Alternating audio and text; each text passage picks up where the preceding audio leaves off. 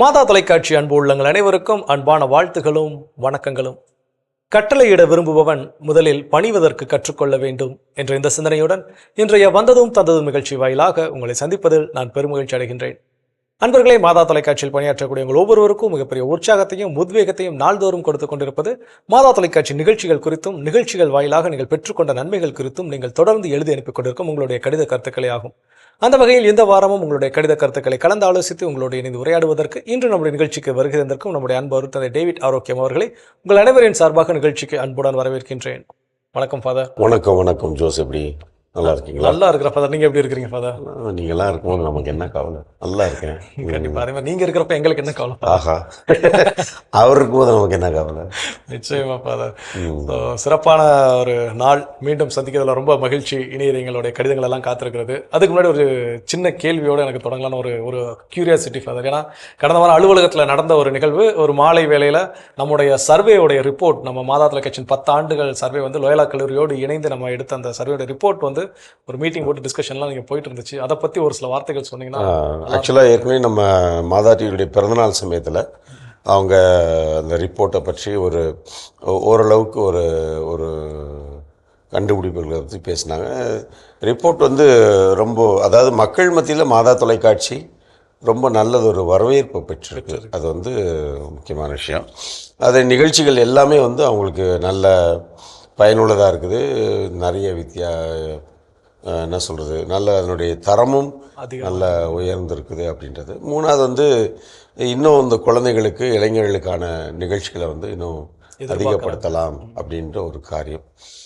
Okay, நம்ம குழந்தைகளுக்கு வாரத்துக்கு 2 நிகழ்ச்சிகள் அவங்களுடைய நேரம் பார்த்து நம்ம தரோம். அது இன்னும் கூட இது பண்ண ஏற்பாடு பண்ணலாம். இப்போ இந்த இளைஞர்களுக்கு அப்படின்ற போது வந்து என்னுடைய கேள்வி எப்பொழுதுமே வந்து, இளைஞர்கள் தொலைக்காட்சி பார்க்குறாங்களா? எத்தனை வீட்டில் இளைஞர்கள் வந்து அமர்ந்து, ஹைஸ்கூல் முடித்த இளைஞர்களோ கல்லூரிக்கு போகிறவங்களோ ஒரு 20-25 வயசுக்குள்ளே இருக்கிறவங்க அமர்ந்து தொலைக்காட்சி பார்க்குறாங்க அப்படின்றது, அந்த கேள்விக்கு நம்மளுக்கு விடை தெரிஞ்சால், பார்க்குறாங்கன்னு தெரிஞ்சால் சரி. ஸோ அவங்களுடைய தளங்கள்லாம் வந்து கைபேசி தான், மொபைல் தான்.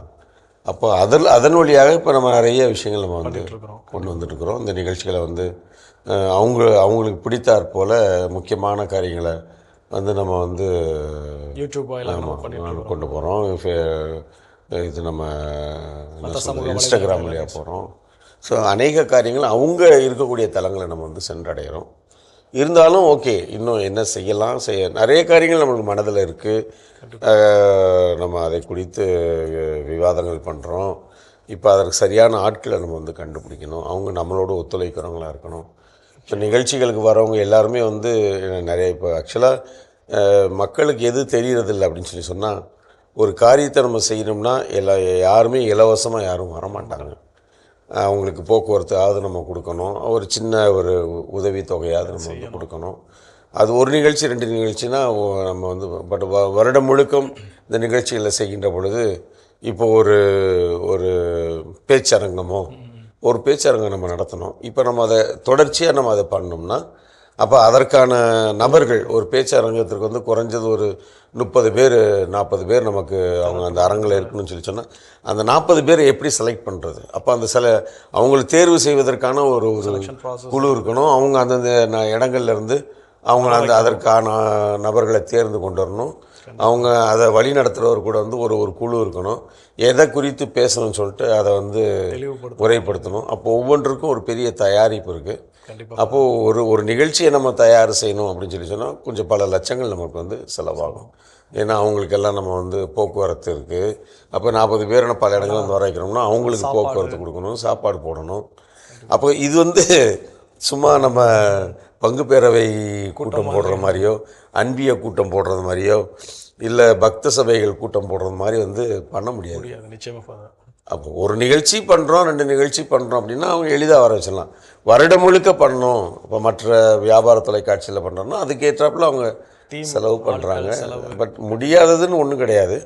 இது நமது மக்கள் இன்னும் கொஞ்சம் தாராளமாக நமக்கு உதவி செய்கிறாங்க. நம்மளுடைய கத்தோலிக்க நமது எவ்வளோ பெரிய பெரிய பணக்காரங்க இருக்கிறாங்க, வசதி படைத்தவங்க இருக்கிறாங்க. சரி, நாங்களாம் இந்த ஒரு வருஷத்துக்கு நாங்கள் இதற்கான செலவினங்களை நாங்கள் உங்களுக்கு உதவி செய்கிறோம் அப்படின்னு கொஞ்சம் யாராவது முன் வந்தாங்கன்னா கண்டிப்பாக நமக்கு அது வந்து செய்யக்கூடியதாக இருக்கும்.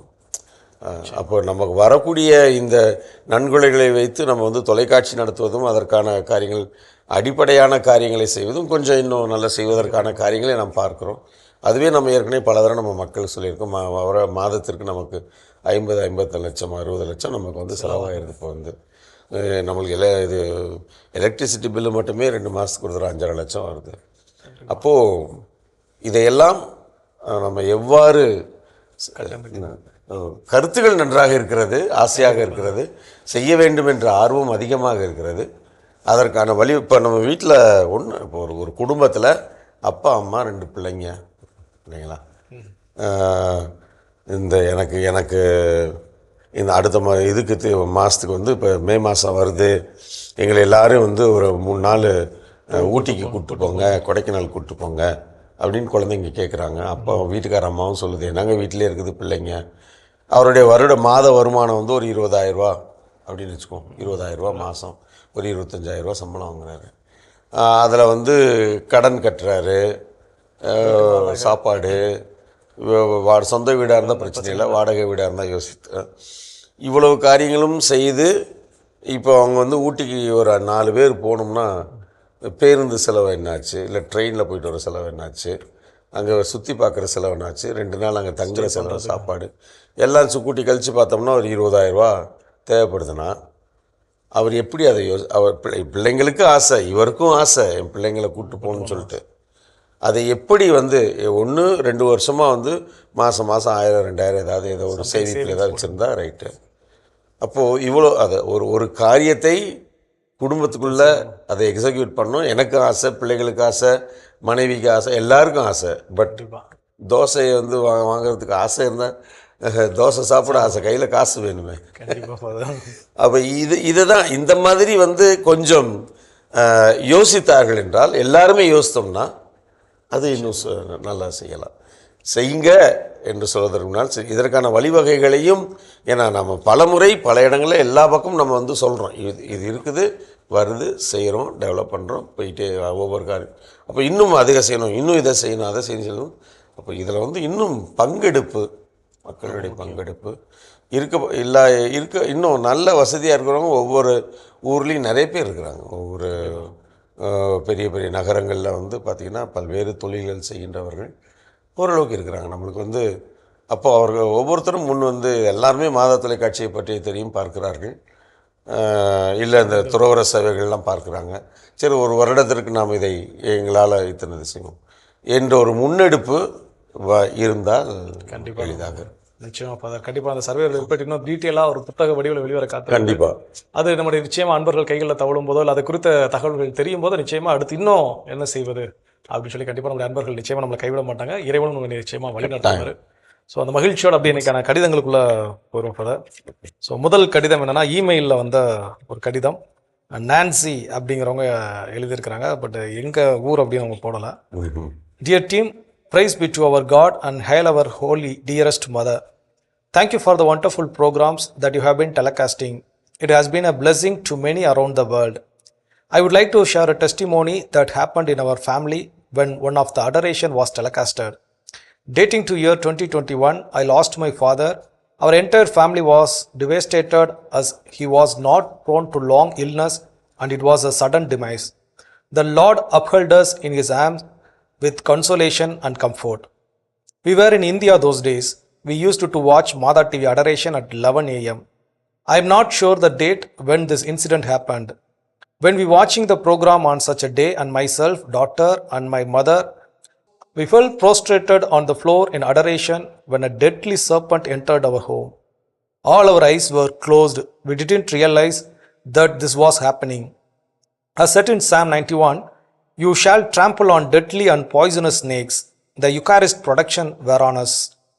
After the adoration, when we opened our eyes, the snake was just opposite to the room that we are watching. It had crossed us. It was to our dismay that it was lying straight. The Lord has paralyzed it so that it doesn't harm us, that it hide in one of the place in our home. With the help of the firefighters, it was removed from the home. Still, this is a dismay to us It could have bitten us or hide in a place where didn't realize. Both did not happen. All praise and thanks to our Lord, merciful Lord, for his protection.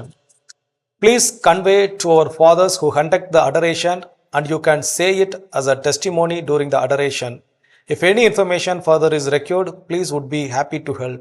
If I could get the mail address of Father Emmanuel Gobi, it would be helpful to testify this incident. Prayerfully, S.M. Nancy. அப்படின்னு சொல்லி முடிச்சிருக்கிறாங்க. ரொம்ப ரொம்ப நன்றிம்மா. உங்களுடைய மின்னஞ்சல் வழியாக உங்கள் குடும்பத்திலே நடந்த இந்த அற்புதமான ஒரு அற்புதத்தை நீங்கள் ஒரு சாட்சியமாக சொல்லியிருக்கிறீங்க. ஆண்டவருக்கு முன்னால் எந்த ஒரு தீமையும் தீங்கும் நம்மை தொடாது. அவருடைய பிரசன்னத்தில் நாம் இருக்கின்ற பொழுது, ஆண்டவரே எனக்கு ஏது குறை, நான் பள்ளத்தாக்கில் நடந்தாலும் இருள் சூழ் பள்ளத்தாக்கில் இருந்தாலும் நான் எதற்கும் பயப்பட மாட்டேன், ஏன்னா என் ஆண்டவர் என்னோட இருக்கிற தாவீதரசர் ரொம்ப அழகாக பாடியிருக்கிறாங்க. அப்போது நீங்கள் ஆண்டவருடைய பிரசன்னத்தில் இருந்ததுனால உங்களுக்கு எந்த தீங்கும் நிகழவில்லை என்பதையும் நீங்கள் சாட்சியமாக சொல்லியிருக்கிறீங்க. அது உண்மையிலும் உண்மை. என் ஆண்டவரோடு நான் இருக்கின்ற பொழுது யாரும் என்னை தொட முடியாது. எந்த பெரிய பிரச்சனைகள் இருந்தாலும் அதை ஆண்டவர் பார்த்துக்கொள்வார். ஆண்டவர் என்னை கைவிட மாட்டார் என்பதை நாம் உறுதியாக விசுவாசிக்கின்ற பொழுது கட்டாயம் நமது வாழ்க்கையில் அற்புதங்களையும் அதிசயங்களையும் ஒவ்வொரு நொடியும் நம்மால் அனுபவிக்க முடியும் என்பதற்கு பெரிய சாட்சி. அதனால் தொடர்ந்து நற்கருணை ஆண்டவர் மீது நீங்கள் வைத்திருக்கின்ற அந்த நம்பிக்கை, அந்த அற்புதமான விசுவாசத்தை கைவிட்டுறாதீங்க. எப்பொழுதுமே ஆண்டவர்கிட்ட நற்கருணை ஆண்டவர்கிட்ட உங்களை ஒப்புக் கொடுங்க. கட்டாயம் இன்னும் பெரிய அதிசயங்களை நீங்கள் பார்ப்பீங்க. உங்களுக்காக நாங்கள் தொடர்ந்து மன்றாடும், நீங்களும் எங்களுக்காக மன்றாடுங்க. கடவுளின் ஆசிரியர் நாளும் உங்களோடு. சிறப்பு. அப்படியே அடுத்த கடிதம் எங்கே இருந்து அப்படின்னா ஸ்ரீலங்கால இருந்து வந்திருக்கு ஃபாதர். சிஸ்டர் எம் லிசா அப்படிங்கிறவங்க saint Joseph sister. Okay okay அனுப்பியிருக்காங்க. பல ஆண்டுகளாக இவங்க மாதா தொலைக்காட்சியுடைய தொடக்க காலத்துலேருந்து நம்மோடு இணைப்பில் இருக்கிறாங்க. சிஸ்டர் லிசா இவங்க படுக்கையில் தான் இருக்கிறாங்க, முடியாதவங்க. இது அடைபட்ட மடத்தில் இருக்கின்ற ஒரு சகோதரி. முதலாக நம்ம மாதா தொலைக்காட்சி 2014 நேரலையாக இந்த புனித வார நிகழ்வுகளை எல்லாம் தொலைக்காட்சி வழியாக சாந்தோம் பேராலயத்திலேருந்து நம்ம ஒளிபரப்பு செஞ்சோம். அப்போது அவங்க அந்த ஒரு சில வாரங்களில் எனக்கு ஒரு கடிதம், ஏறக்குறைய 15-16 வருடங்களுக்கு பிறகு புனித வார நிகழ்வுகளில் நான் நேரடியாக பங்கெடுப்பதற்கு மாதா தொலைக்காட்சி எனக்கு பெரும் துணையாக இருந்ததுன்னு ஒரு கடிதம் போட்டாங்க. நான் அன்றே முடிவு செய்தேன், இந்த நேரலை புனித வாரத்தில், ஏன்னா எல்லாரும் ஆலயங்களுக்கு நம்ம போகணும், கட்டாயம் போகணும், பங்குகளில் பங்கெடுத்து நற்கருணை உட்கொண்டு பாவசிங்கத்தனம் செய்து அதுதான் அப்போது போக இயலாது இருக்கக்கூடிய வயதானவர்கள், படுக்கையில் இருக்கிறவர்கள், இந்த மாதிரியான புனிதவார நிகழ்வுகள் நடக்காத நாடுகளில் எத்தனையோ நாடுகளில் தமிழ் மக்கள் இருக்கிறாங்க. கண்டிப்பாக மத்திய கிழக்கு நாடுகளில் இருக்கிறாங்க, பல்வேறு நாடுகளில் இருக்கிறாங்க. தூரந்தொலைகளில் ஆலயத்திற்கு செல்ல இயலாத நிலையில் வாழ்கின்ற எவ்வளோ பேர் இருக்கிறாங்க. அப்போது இவங்க நமக்கு கண்டிப்பாக ஒரு சாட்சியம் என்று நாங்கள் முடிவு செய்து வருடம் நேரலை நாங்கள் இருப்போம். அப்போது இந்த மாதிரி இருக்கின்ற ஒவ்வொரு இயலாதவர்களுக்கான ஒரு பெரிய ஆசீர்வாதமாக இருக்கிற சிஸ்டர் லிசானுடைய அந்த கடிதம் எனக்கு பெரிய ஒரு it was a big revelation பாருங்க, எனக்கு ஒரு வெளிப்பாடாக இருந்தது. அதனால் சகோதரியை நாங்கள் என்றைக்கும் மறக்க மாட்டோம். ஜெபிக்கணும். அவங்க அதிலேருந்து தொடர்ந்து நம்மளோட இணைப்பில் தொடர்பில் தான் இருக்கிறாங்க, கடிதம் எழுதுவாங்க. ரொம்ப அற்புதமான ஒரு சகோதரி. அவங்களால எழுத முடியாது, அவங்களுக்கு துணையாக இருக்கிற இன்னொரு சகோதரி தான் அவர்கள் சொல்வதை எழுதிக்குவாங்க. Okay okay. இன்னைக்கு என்ன சொல்லியிருக்கிறாங்க அப்படிங்கிறதையும் பார்த்துக்கலாம் father. So dear Father David, happy birthday to you and all the Mother TV family members who work so hard to keep things up to date. Mother TV works from 3 a.m. and end with your blessings at Good Night Talk. At the dawning of the day, the song of worship and praises is most welcoming. I heard and have the privilege of joining the brothers and sisters in saying the divine office from the breviary. I follow the daily mass and I never miss the Besan Nagar masses which the parish priest and Father Rajamani makes it meaningfully. On occasional days, the Archbishop George Anthony Swami, fluent in both languages, give impressive sermon. The fathers praying so fervently on their knees before the Blessed Sacrament is edifying. The Thudi Aradhanai by the 7 fathers is most welcome. Father Stanley so elegantly explained the book of Judges. Very soon we will find another Stanley in Father Prakash. வாழ்வு தரும் இறைவார்த்தை also explain the Bible. Bishop Peter Abir and John Bosco go through every nook and corner to explain the Bible to the people. Father, by devotional hymns and litanies, you increase our devotion to St. Jude, St. Anthony, St. Joseph, the Little King, Sacred Heart, St. Thomas, and Our Lady. Father Xavier Terence, a devout client, gives inspiring talks. God bless him. The Advent season gives occasion to all to appear on the stage, unmindful of the age. Even the newborn baby Jesus appeared as baby Jesus during the Christmas season. Very soon Lent will begin. You are our to make meaningful and prayerful. இல்லத்தில் இறையாட்சி, அறம்சை, உறவுகள் மேம்பட, இறையாட்சியின் செல்லங்கள், நலமா நீங்க நலமா, கதைக்கலாம் வாங்க. Get all the families involved. Bishop சிங்கராயரின் வாழ்வும் வழியும் gives his contact to different families. The international programs take us to other countries when Vatican is very close to us. The CL is also introduced by Bishop Rayappa. I thank you, Father, for shouldering the Mada TV programs, which is a tremendous task. My thanks to the Synod of Bishops, Reverend Fathers and Sisters and all workers including the technicians. Mada TV's constant reminder that God is with you. Keep me in a joyful spirit. God bless you, Father. I present this through my secretary, Sister Therese Grace, who is my own sister, who comes to see me once a week from Kalmunai, which is 40 kilometers away from Vatikala. May God bless you, dear Father, and keep praying for me. Yours devotedly in Christ, Sister M. Liza A.C. அப்படின்னு போட்டு முடிச்சிருக்கிறாங்க. Sister ட்ரீஸா தான் வந்து அவங்களுக்கு இந்த கடிதம் எழுதி அனுப்புவாங்க. ஆமாம், ரொம்ப அற்புதமான சகோதரி லிசா. அவங்கள எப்பவும் மறக்க முடியாது, ட்ரேஸாவும் மறக்க முடியாது. இவர்கள் இருவரும் ஏறக்குறைய 10 ஆண்டுகளுக்கு மேலாக மாதத்தினுடைய தொடக்கத்திலிருந்தே 2014 அந்த புனித வாரத்திற்கு பிறகு அவர்கள் எழுத ஆரம்பித்த கடிதம் வருடத்திற்கு 2-3 கடிதம் எழுதிடுவாங்க.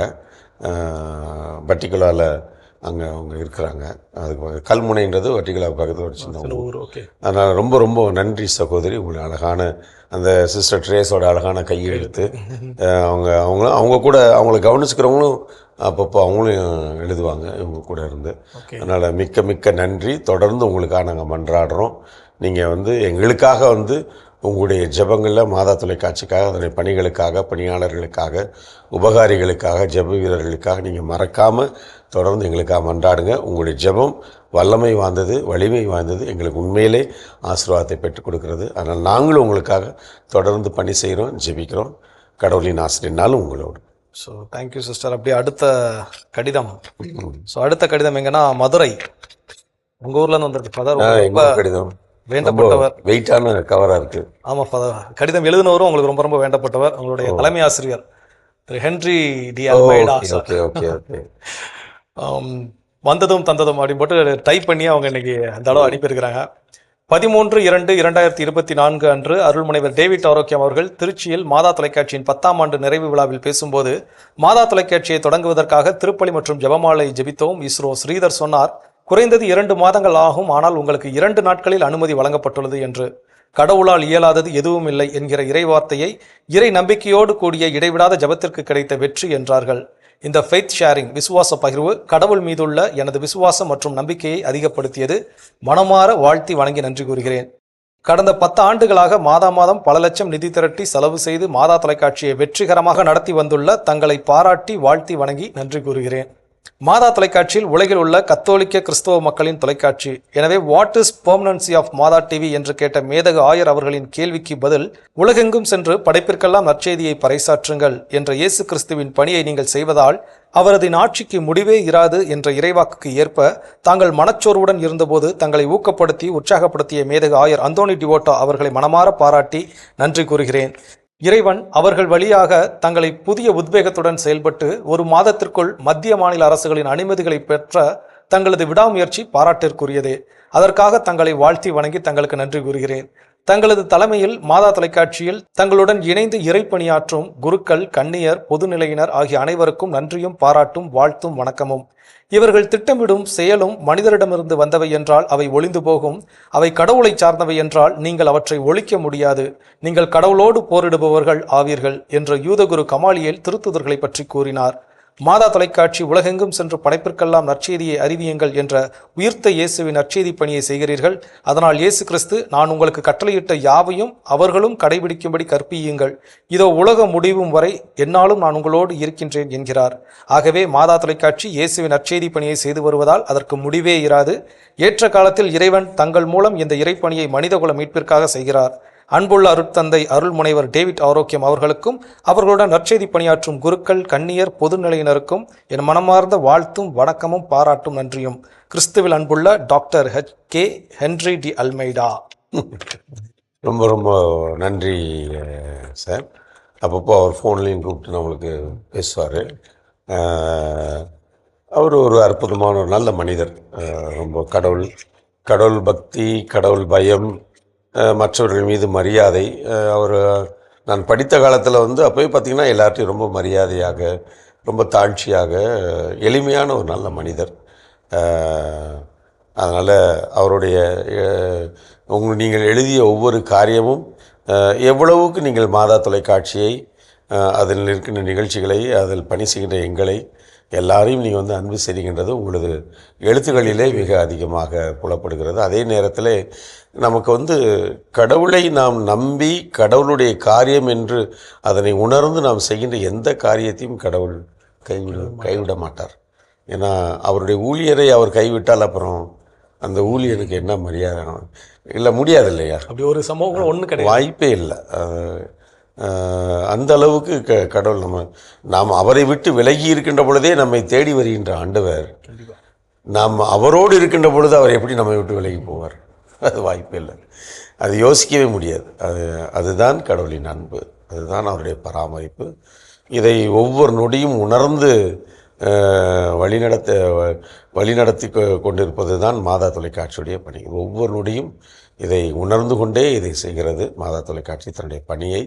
அதனால் உங்களுடைய அருமையான அன்பார்ந்த ஊக்கம் தருகின்ற இந்த வார்த்தைகளுக்கு மிக்க நன்றி. நாங்கள் நன்றியோடு நின்றுவிடவில்லை, தொடர்ந்து உங்களுக்காக மன்றாடுறோம், உங்களுடைய கருத்துக்களுக்காக மன்றாடுறோம். நீங்கள் எங்களுக்காக மன்றாடுங்க. கடவுளின் ஆசிரியனால் உங்களோடு. சிறப்பு. ரொம்ப அப்படியே அவருடைய கடிதங்கள் பயங்கர உற்சாகம் மிகுதியாக இருந்துச்சு வாசிக்கும் போதே. அப்படியே அடுத்த கடிதம் இமெயிலில் வந்த ஒரு கடிதம். முத்துராஜ் அப்படிங்கிறவர் எழுதியிருக்கிறார். சி ஞானமுத்துராஜ், வண்டியூர், மதுரை. மாதா தொலைக்காட்சியின் மூலம் ஒவ்வொரு இல்லந்தோறும் இறையாட்சியை பறைசாற்றி கொண்டிருக்கும் நமது மாதா தொலைக்காட்சியின் முதன்மை செயல் அலுவலர் அருட்தந்தை டேவிட் ஆரோக்கியம் அவர்களுக்கும் மற்றும் மாதா தொலைக்காட்சியில் பணிபுரியும் அனைத்து சகோதர சகோதரிகளுக்கும் அனைவருக்கும் வாழ்த்துக்கள் அப்படின்னு சொல்லி ஒரு வாழ்த்து மடல் சின்னதாக. ரொம்ப சிறப்பு. ரொம்ப ரொம்ப ரொம்ப நன்றிங்க. வாழ்த்து சொல்லி நீங்கள் ஒரு மின்னஞ்சல் அனுப்பியிருப்பது எவ்வளோ ஒரு அற்புதமான ஒரு காரியம். ரொம்ப நன்றி. நீங்கள் வாழ்த்துவதால், நீங்கள் ஜெபிப்பதால், நீங்கள் எங்களை உற்சாகப்படுத்துவதால் நாங்கள் இன்னும் உயர்கிறோம், வாழ்கிறோம். அது உண்மையிலும் உண்மை. நாங்களும் உங்களுக்காக ஜெபிக்கிறோம். உங்களது காரியங்களை கடவுள் என்னாலும் தனது உள்ளங்கையில் வைத்து பாதுகாக்க வேண்டும் என்று நாங்கள் மன்றாடுகிறோம். கடவுளின் ஆசிரியர் என்னாலும் உங்களோடு. கண்டிப்பாக சிறப்பு. இன்னைக்கு ரொம்ப நிறைவான பகிர்வுகள், ஒரு சாட்சிய கடிதம், ஒரு அருட்சகோதரியுடைய உற்சாகமிக்க பகிர்வு, அப்புறம் தலைமை ஆசிரியர் அவருடைய அந்த வார்த்தைகள், அதுவும் என்னென்னா ஒவ்வொன்றுக்கும் விவிலிய மேற்கோளோடு சொன்ன அந்த விதம் உண்மையிலே பயங்கர ஒரு உற்சாகமூட்டக்கூடிய வார்த்தைகளாக இருந்துச்சு. ஸோ மன நிறைவை தரக்கூடிய பகிர்வுகள். அதோட நிகழ்ச்சியோட நிறைவுக்கும் வந்துட்டோம். இந்த வாரம் ஒரு முக்கியமான வாரமும் கூட. நம்முடைய நாடாளுமன்ற தேர்தல் ஏப்ரல் 19 இந்த வாரனுடைய இறுதியில் நடக்க காத்திருக்குது. நல்ல தலைவர்களை தேர்ந்தெடுப்பது நம்முடைய பொறுப்பு, வாக்களிப்பது நம்முடைய கடமை. ஸோ இந்த நேரத்தில் ஒரு சின்ன ஜபத்தோடு நம்ம நிகழ்ச்சியை நிறைவு செய்யலாம். இனி இதயங்களே மறந்தும் இருந்து விடாதீர்கள். நாம் அனைவரும் வாக்களிக்க வேண்டும். அது நமது உரிமை, நமது கடமை. அதே வேளையிலே இந்த நாட்டை பாதுகாக்கின்ற, இந்த நாட்டினுடைய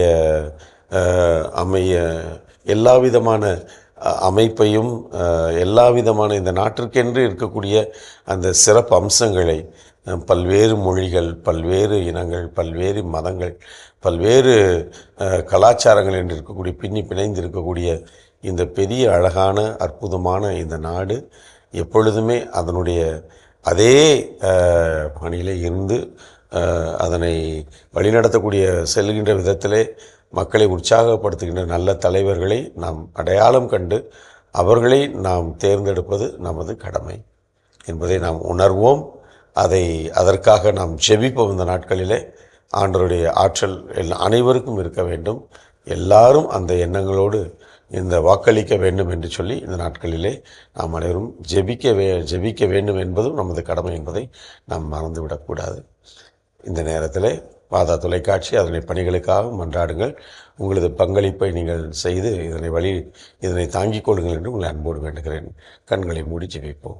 எங்கள் அன்பே உருவான இயேசு ஆண்டவரே, இந்த அற்புதமான நாட்களுக்காக நன்றி செலுத்துகிறோம். குறிப்பாக ஆண்டவரே, இதோ எங்களது தாய் திருநாட்டை வழிநடத்தவிருக்கின்ற இதனை கடமை பொறுப்போடு மக்களின் மீது அன்போடு இந்த நாட்டினுடைய பல்வேறு வேற்றுமைகளோடு ஒற்றுமையாக இந்த நாட்டை வழி நடத்தக்கூடிய நல்ல எண்ணம் கொண்ட மக்கள் மீது அன்பும் அக்கறையும் கொண்ட நல்ல தலைவர்களை நாங்கள் தேர்ந்தெடுத்துக்கின்ற அந்த மனநிலையோடு எங்களது வாக்குகளை நாங்கள் வழங்கி நாங்கள் இந்த நாட்டை இன்னும் பாதுகாக்க எங்களுக்கு ஆற்றலை கொடுத்தருளும். எங்கள் ஒவ்வொருவரையும் உமது ஆவியாருடைய வளமையால் நிரப்பியறலும். எங்கள் அன்பு அன்னையே, ஆரோக்கிய தாயே, எங்களுக்காக பரிந்து பேசுங்கள் அம்மா. என்றும் வாழும் உயிருள்ள இறைவன் தந்தை, மகன், தூய் ஆவியார் நம் அனைவரையும் நிறைவாக ஆசீர்வதிப்பாராக. ஆமென். ஸோ ரொம்ப மகிழ்ச்சி ஃபாதர். நிச்சயமாக அன்பர்களுக்கு இன்றைக்கி வந்ததும் நிகழ்ச்சி வேலைக்கு மீண்டும் நினைவுபடுத்தி இருக்கிறோம். ஸோ இந்த தேர்தல் நமக்கு மிக மிக முக்கியமான ஒரு தேர்தல். கடமையில் அந்த தேர்தலில் வாக்களிப்பது நம்முடைய கடமை. நல்ல தலைவர்களை தேர்ந்தெடுப்பது நம்முடைய தலையாய கடமை. நிச்சயமாக அதுக்காக இறைவேண்டல் செய்வோம்.